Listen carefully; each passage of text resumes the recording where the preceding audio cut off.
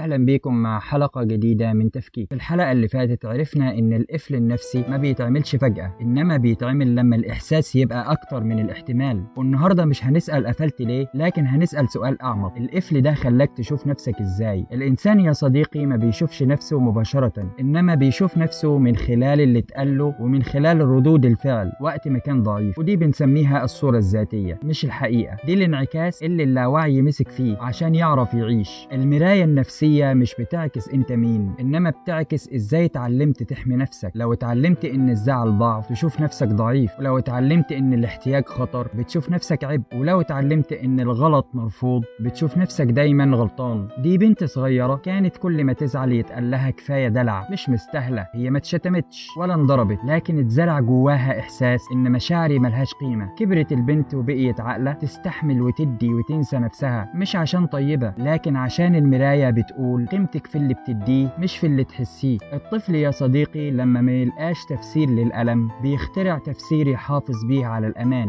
وغالبا التفسير ده بيكون أنا المشكلة. ومن هنا الصورة الذاتية بتتكون، مش لأنها صح لكن لأنها أنقذت صاحبها وقتها. بس هنا لازم نقف ونفصل بين حاجتين: الصورة اللي اتكونت والصورة اللي اتخلقنا بيها. ربنا بيقول في القرآن: لقد خلقنا الإنسان في أحسن تقويم. يعني الأصل مش النقص، الأصل الكرامة. وفي الإنجيل مكتوب: أحبب قريبك كنفسك. ودي جملة بسيطة لكن بتفترض حاجة مهمة، إن نفسك أصلا تستحق المحبة. يعني الصورة اللي شايفها في المراية مش حب إلهي، دي تجربة إنسانية اتسجلت واتكررت لحد ما صدقناها. أخطر حاجة في المراية إنها تخليك تفتكر إن الانعكاس هو الحقيقة، مع إن الحقيقة أوسع وأرحم وأعمق. لما تعيش بصورة مش صورتك طبيعي تحس بتقل، تحس إنك شايل أكتر من طاقتك حتى وإنت ساكت، حتى وإنت ناجح. التقل ده مش ضعف إيمان ولا قلة شكر، التقل ده نتيجة صورة قديمة اتلبست وما اترجعتش. وده موضوع الحلقة اللي جاية: الوزن التقيل، التعب اللي مش سببه الشغل لكن سببه صورة نفسية محتاجة تتحطم قدام النور. وما تنساش يا صديقي شير للفيديو، يمكن غيرك يستفيد. رمضانكم سعادة.